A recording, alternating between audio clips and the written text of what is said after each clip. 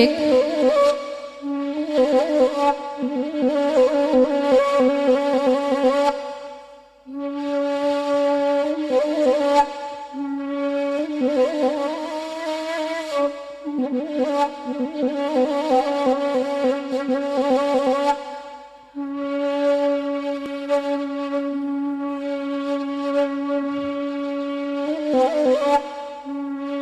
Nana balenge ena monyolang angga angga angga angga aku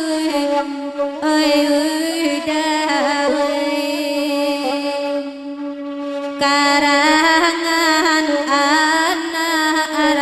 arang sulayan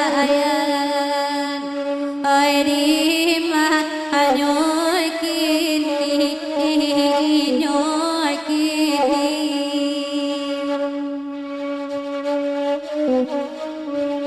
baja nyorang mela dengi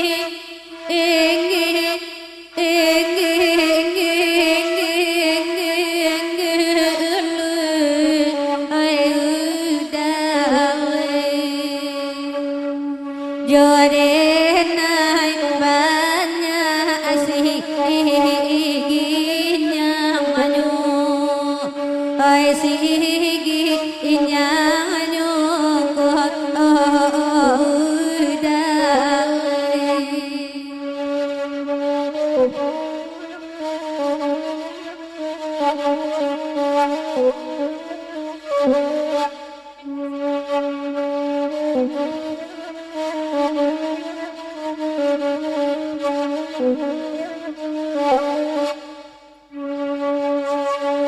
Nana bakanda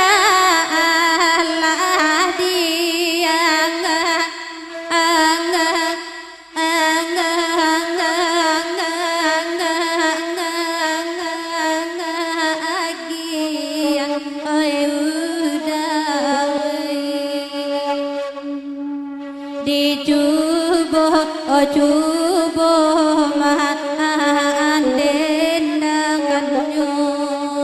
mandendang angkan nyokot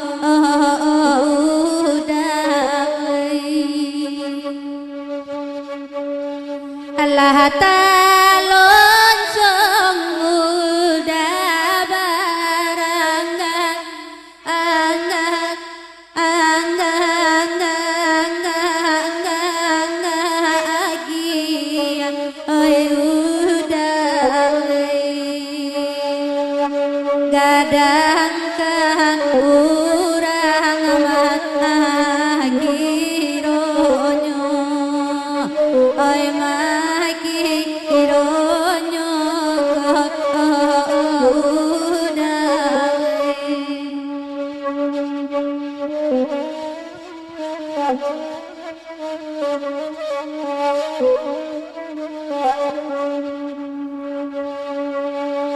oi nanti